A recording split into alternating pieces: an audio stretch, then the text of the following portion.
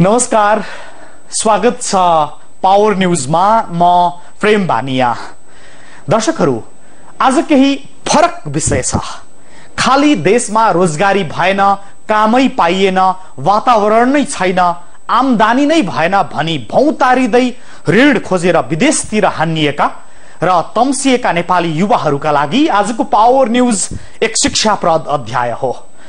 विषय औसत र सामान्य छ, कपाल काट्ने व्यवसाय। नेपालमा जति पनि कपाल काट्ने सैलुनहरू छन् ती मध्ये धेरै जसो भारतीय नागरिक र नेपालका तराई मूलका नागरिकले सञ्चालन गरिरहेका छन्।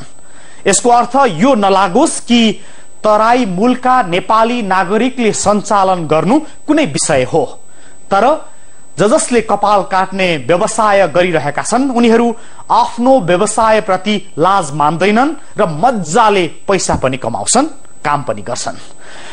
यसर्थमा हामी भन्दैछौं यो कि कपाल काट्ने व्यवसाय गरेर नेपालमै बसेर राम्रो कमाई गर्न सकिन्छ र यति बेला नेपालमा कपाल काट्ने व्यवसाय गरेर धेरै भारतीय नागरिकले राम्रो आमदानी गरिरहेका छन्। तथ्याङ्क कस्तो छ भने नेपालको राजधानी उपत्यकामा सरदर 2000 सैलुन छ।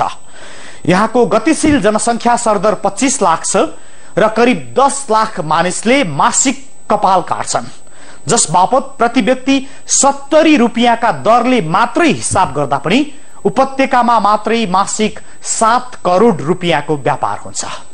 देशभर गरेर यस्ता करिब 15,000 सैलुन छ, तर तिनको आमदानी त्यसै अनुपातमा छ र तिनको आमदानीलाई एक अवसरका रूपमा यहाँ व्याख्या गर्न खोजिँदैछ। यसरी हेर्दा यो निकै ठूलो कारोबारको व्यवसाय भएको छ अनि आमदानीको पनि, तर यसको उपयोग बेरोजगार नेपालीहरूले गर्न सकिरहेका छैनन् र उनीहरू भौतारिँदै विदेशतिर हानिने प्रयास मात्र गरिरहेका छन्। अनि यसको फाइदा भारतीय नागरिकले लिइरहेका छन्। उनीहरू काम गर्न लाज मान्दैनन्, राम्रो कमाउँछन्, लाज मान्ने नेपालीहरू ऋण खोजेर विदेशतिर लाग्छन्। यस्तै भइरहेको छ यो व्यवसाय। तर यसबीच आजको पावर न्यूज केन्द्रित छ यत्रो कारोबार भइरहेको व्यवसायबाट न नेपालले फाइदा लिन सकेको छ न नेपालीले। तपाई कपाल काट्दै हुनुहुन्छ? यदि हुनुहुन्छ भने ती पसलहरूका भित्ताहरूमा हेर्नुहोस्। त्यहाँ कहीँ कतै सरकारी निकायमा दर्ता भएको प्रमाणपत्र देख्न सक्नुहुन्न। तपाई कपाल काट्ने सैलुनका भित्ताहरूमा केवल तिनका संघ संस्थाबाट कपाल दाढी काट्ने रेड लिस्ट मात्रै टाँसिएको हुन्छ। यसको अर्थ हो शहरमा जथाभावी खुलेका कुनै पनि सैलुन पसलहरू आधिकारिक रूपले दर्ता भएका छैनन्। यहाँ 3वटा ठूला संघहरू छन् र तिनीहरूले निर्धारण गरेको रकममा शहरभरि कपाल काटिन्छ।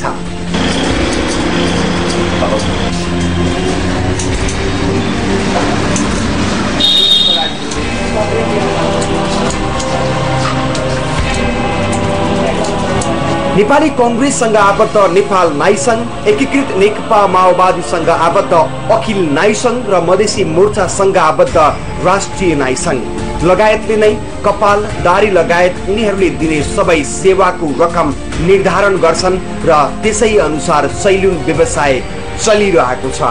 यहाँ अहिलेसम्म राजधानी उपत्यकामा मात्रै सैलुन 2000 को हाराहारीमा सैलुन व्यवसाय सञ्चालित छन्। 2042 सालदेखि काठमाडौँमा सैलुन व्यवसाय सञ्चालन गर्दै आएका नेपाल नाई संघका अध्यक्ष राजाराम ठाकुरले राजधानी उपत्यकाको जनसंख्या 25 लाख भएको अनुमान गर्दै मासिक सैलुनहरूले कमाउने कमाई बारे यसो भने। कम्ती मिनिमम 10 लाखले कपाल काट्छ एकछिनको लागि। यो उपत्यकाको मात्रै कुरा गरौँ भने 10 लाखले कपाल काट्दाखेरि हाम्रो अहिले रेट हो 70 हैन। अब 10 लाखलाई 70 ले उ गर्दिन, हिसाब गर्नुस्, आफै हिसाब निस्किन्छ कति करोड जाँदो रहेछ। उनले दिएको यो पनि अनुमानित आयो हो।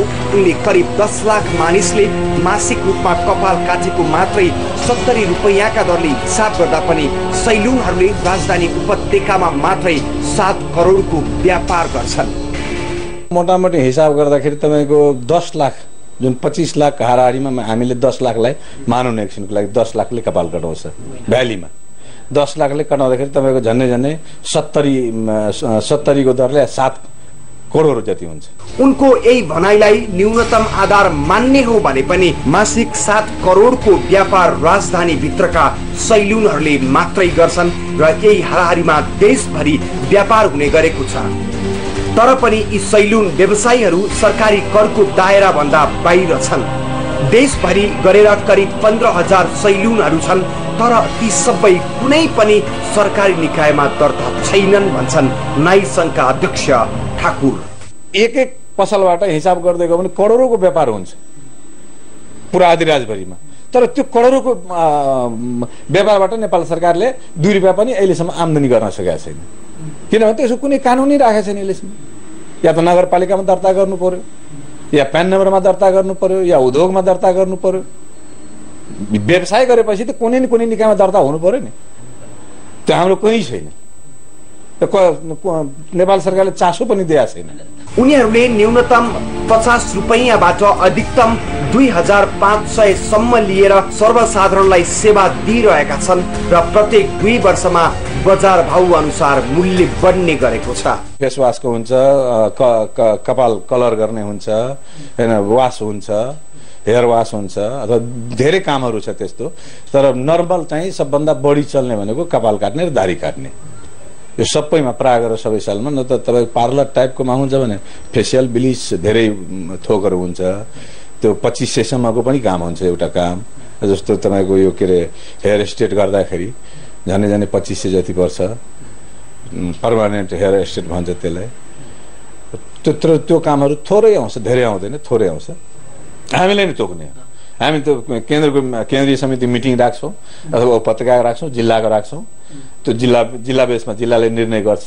किनभने त्यो महँगाई कतिको बढ्यो। अब जस्तो हाम्रो 2 वर्षमा 10 रुपैयाँ बढाउने हो अहिलेको उसमा। जस्तो पहिला 60 रुपैयाँ थियो, 2 वर्ष काटिसकेपछि हामीले अहिले 70 गरेका छौँ। तर यो पनि कुनै कतै सम्पर्क गरेर होइन। यो हामी आफैले, अब जस्तो घर भाडा बढ्यो, बजार भाउ बढ्यो, महँगी वृद्धि हुँदै गयो, त्यही अनुपातमा हामीले 10 रुपैयाँ 2 वर्षमा थप्ने गर्छौँ। व्यवसायीहरूले पटक पटक सरकारी निकायमा पुगेर दर्ता गर्न आग्रह गर्दा पनि सरकारले बेवास्ता गरेको भन्छन् ठाकुर। उनले सरकारलाई सैलुन व्यवसाय दर्ता गर्नुपर्ने लगायतका माग राखेर आन्दोलन गरेको पुरानो घटना स्मरण गर्दै भने सरकारबाट पाउने सुविधा पनि हामीले पाउनु पर्यो र हामीले सरकारले पनि सरकार सञ्चालनको लागि अथवा राष्ट्र विकासको लागि हामीले पनि केही सहयोग गर्न चाहन्छौँ। हामी पटक पटक आग्रह पनि गर्यौँ। विभिन्न सरकार भयो बेला एमाले सरकारमा पनि गर्यौँ, कांग्रेसको सरकारमा गर्यौँ, माओवादीको सरकारमा गर्यौँ कि हामीलाई हामी आमरण अनसनसम्म बस्यौँ। 2051 सालमा हामी 13 दिन नेपाल नाइसंघ आमरण अनसन बसेका थियो तपाईँको भद्रकालीमा। यही मागहरू लिएर कि एउटा घर बहाल ऐन होस्, एउटा नेपालीले व्यापार गर्दाखेरि उसको ग्यारेन्टी होस्। घर बहाल ऐन छैन। अब घरपट्टिलाई जति मन लाग्छ त्यति उसले वृद्धि गरिदिन्छ। वृद्धि गरेपछि तिर्नै पर्छ, मान्छेले बाध्यता छ। यसको कुनै नियम कानुन छैन। मासिक राजधानीमा कम्तीमा 7 करोड र राजधानी बाहिर पनि यही हाराहारीमा व्यापार गरिरहेको सैलुन व्यवसाय अहिलेसम्म कुनै पनि सरकारी निकायमा दर्ता भएको छैन।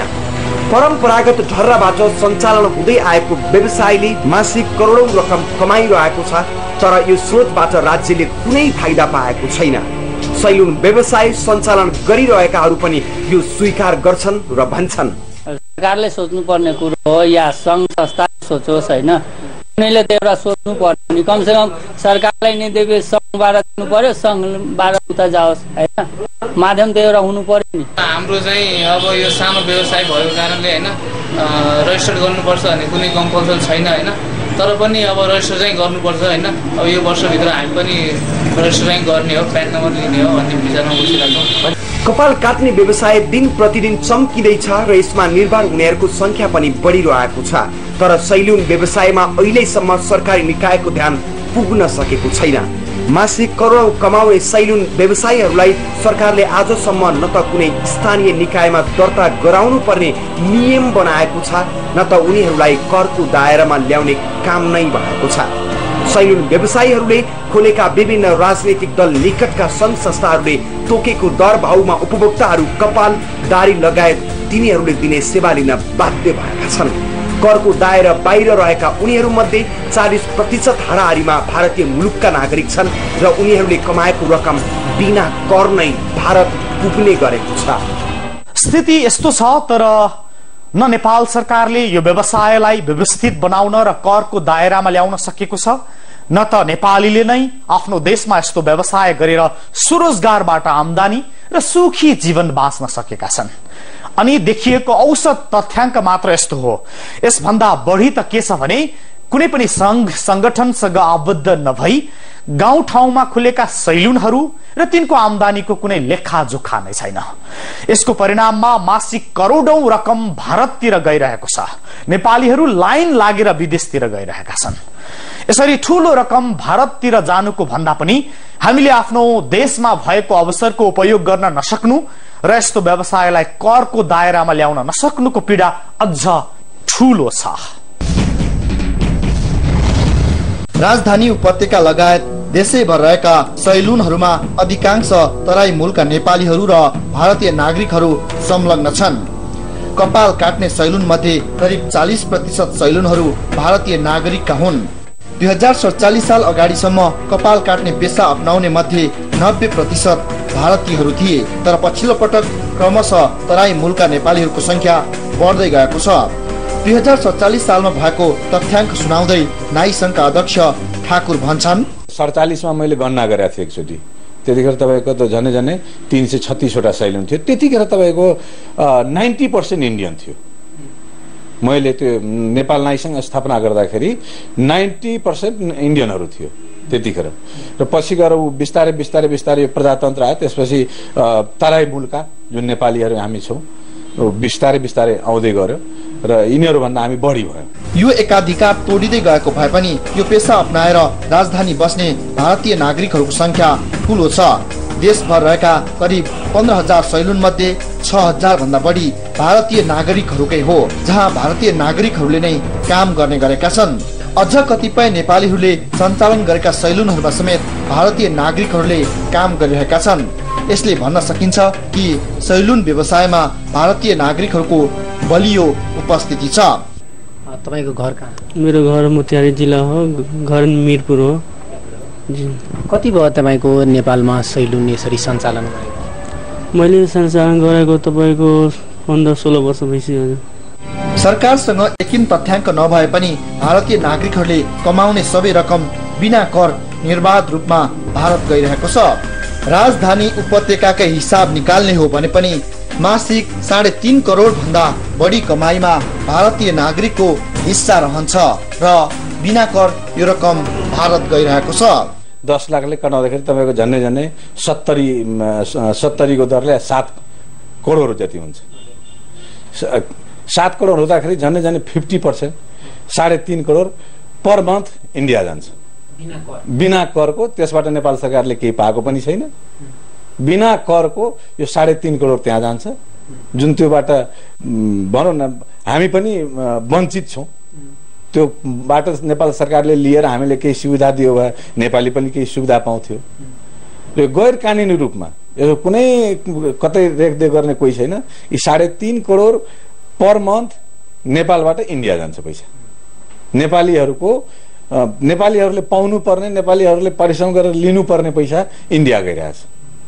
यो किन भइरहेछ भने एक त कुनै नियम कानुन छैन, अर्को के भने यो पेसाप्रति सरकार पनि उदासीन छ। कतिपय ठाउँमा भारतीयहरूको प्रवेशकै कारण जथाभावी रूपमा सैलुनहरू खुलेका छन्। राजधानीमा एक सैलुन रहेको 500 मिटर वरिपरि अर्को सैलुन नखोल्ने भनिए पनि यही कारण यो नियम लागू हुन सकेको छैन। भारतीय नागरिकहरूले जथाभावी रूपमा सैलुन खोल्ने र मापदण्ड पूरा नहुने हुँदा नेपाली व्यवसायीहरू समेत मारमा परेका छन्।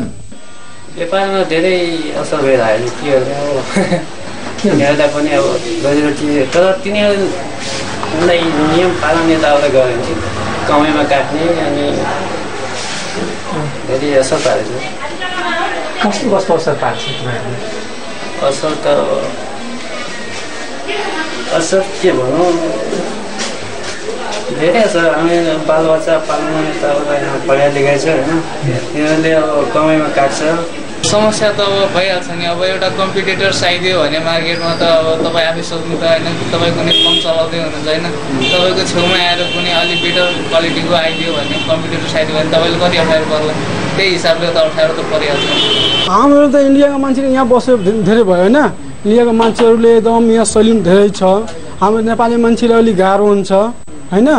उहाँलाई पनि के अब भन्नु, अब उहाँ मेन चाहिँ कुरा तपाईँको उहाँकोलाई हाम्रो त्यो राजाराम ठाकुर हो, राजाराम ठाकुरजीलाई अलि त्यो सोच्नु पर्यो क्या। व्यापारमा धेरै असर गर्छ, किनभने यो आउने पनि गैर कानुनी रूपले, जाने पनि गैर कानुनी रूपले व्यापारमा असर के गर्छ भने एउटा रेटको जुन एकरूपता हुन्थ्यो त्यो हाम्रो भएन। जस्तो कि अब मैले 70 रुपियाँ लिएँ, अब यो मेरो छेउमा कुनै इन्डियनको पसल छ भने उसले 30 काटिदियो, 20 काटिदियो। कस्टमरले पनि ध्यान दिन सकेका छैन कि यो 30 किन काटिदियो, 20 किन काटिदियो, त्यसको ध्यानै दिन सकेका छैन। उसले किन दिन सकेका छैन भने अब यस्तो अवस्थामा के हो भने अब 30 काटेको छ, पुरानो ब्लेड युज गरेको छ। त्यो रक्सीको बोतलमा अहिले तपाईँ पसलहरूमा जानुहुन्छ, कुनै कुनै पसलमा हेर्नु होला, तौलिया कहिले सफा गर्दैन, धोएको रुमाल हुँदैन, धोएको त्यो झाडन जुन हुन्छ त्यो धोएको हुँदैन, पुरानो ब्लेड पुसेर राख्छ त्यो प्रयोग गरिदिन्छ। त्यो रक्सीको बोतलमा स्पिरिट राखेको हुन्छ, त्यसले छालामा लगाइदिन्छ। र यसले गर्दा के हुन्छ, कसैको अब साइड इफेक्ट हुँदा पनि कसैको रेखदेख गर्ने कोही हुँदैन। यस्तो गर्दाखेरि उनीहरूले गर्दाखेरि नोक्सान हामीलाई हुन्छ। आज नेपालीलाई दाइ भन्ने, भाइ भन्ने अवस्थाले मिचिएर अहिले सबैलाई प्रागर मान्छे भैया किन भन्छ भने बिहारबाट सुरुमा आएको मान्छेसँगै हामीले पनि दाँजिरहेछ। हामी सप्तरीको हो, सिराहाको हो, धनुषा महोत्तरीको हो, यो तराईको नेपाली हो भनेर कसैले मान्दैन। यिनीहरूले गर्दाखेरि अफेलित पनि हुनु परेको छ। हामीले काममा त्यस्तै कम्पिटिसन छ। सैलुन व्यवसायलाई व्यवस्थित बनाइन नसक्दा यो पेसा पनि सम्मानित बन्न सकेको छैन भने 3.5 करोड भन्दा बढी रकम मासिक भारत गइरहेको छ। त्यसैले सरकारले सैलुन व्यवसायलाई करको दायरामा ल्याएर व्यवस्थित गर्न जरुरी छ। सरकारले हर पेशा र व्यवसायका आर्थिक गतिविधिलाई करको दायरामा ल्याउनै पर्छ र यसलाई व्यवस्थित नगर्ने हो भने राज्य ठूलो घाटामा गइरहेको हुनेछ। हाम्रो दबाव यसका लागि पनि हो र यस विषयको बाँकी सन्दर्भ अघि एकैछिन विश्राम। दर्शकहरू, न्यूज 24 टेलिभिजनमा पावर न्यूज हेर्दै हुनुहुन्छ।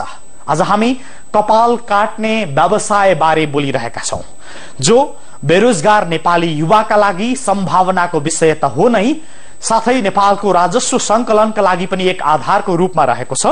तर न प्रशस्त नेपाली युवाले यसप्रति आकर्षण देखाएका छन् र यसको फाइदा लिन सकेका छन्, न त सरकारले यो व्यवसायलाई करको दायरामा नै ल्याउन सकेको छ। यस्तो अवस्थामा चौतर्फी घाटा भइरहे बारे हामी बोल्दैछौं। अब सन्दर्भ बेरोजगार भन्ने नेपालीहरूले हेर कि यो व्यवसायमा आम्दानी र सुख छ विदेशको तातोमा होमिनु भन्दा। स्वदेशमा रोजगारीको सम्भावना नदेखेर धेरै नेपाली युवा विदेशी भूमिमा पसिना बगाउन गएका छन् र धेरै युवाहरू विदेशी नै क्रममा छन्। तर हाम्रै माटोमा विदेशबाट आएर मनक्की कमाउनेहरू पनि थुप्रै छन्, जसमध्ये एउटा उदाहरण हो कपाल काट्ने व्यवसायमा भारतीय नागरिकको संलग्नता र उनीहरूको आकर्षक आम्दानी। राजधानी उपत्यका लगायत देशैभर रहेका सैलुनहरूमा अधिकांश तराई मूलका नेपाली र भारतीय नागरिकहरू संलग्न छन्। यहाँ करिब 40% सैलुनहरू भारतीय नागरिकहरूले सञ्चालन गरिरहेका छन्। देशैभर रहेका करिब 15,000 सैलुन मध्ये 6,000 भन्दा बढी सैलुनहरू भारतीय नागरिकद्वारा सञ्चालित छ। कतिपय नेपालीहरूले नै सञ्चालन गरेको सैलुनमा समेत भारतीयहरूले नै काम गरिरहेका छन्, जसबाट मासिक 3.5 करोड भन्दा बढी नेपाली रुपियाँ भारत गइरहेको छ। यो आकर्षक आम्दानीको एउटा उदाहरण मात्रै हो कपाल काट्ने व्यवसाय। नेपालमा विभिन्न काम र व्यवसाय गरेर पनि भारतीयहरूले करोडौं रुपियाँ लगिरहेका छन्। हामी चाहिँ स्वदेशमा सम्भावना नदेखेर विदेशी रहेका छौं। हामी कुनै पनि कामलाई हेर्ने दृष्टिकोणका कारण हामीले स्वदेशमा सुगन्ध पहिल्याउन सकेका छैनौं। हामीमा कुनै पनि कामलाई सानो या ठूलो भनेर हेर्ने बानी छ। हामी अर्काको देशमा जस्तो सुकै कठिन काम गर्न पनि गर्व गर्छौं, तर आफ्नै आँगनमा भएको काम गर्न हिचकिचाउँछौं, जसको फाइदा विदेशीहरूले उठाइरहेका छन् र रकम विदेश गइरहेको छ।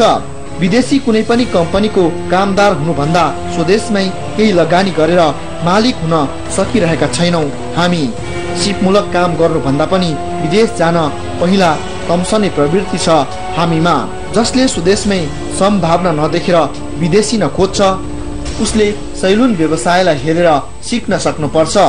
गरे स्वदेशमै बग्रेलती सम्भावनाहरू छ जसका लागि खाँचो छ त सिर्फ कामलाई हेर्ने दृष्टिकोण सकारात्मक हुनुपर्छ र कपाल काटेरै आकर्षक आम्दानी गर्न सकिन्छ र जीवन निर्वाह चल्छ भन्ने एउटा उदाहरण हो यो।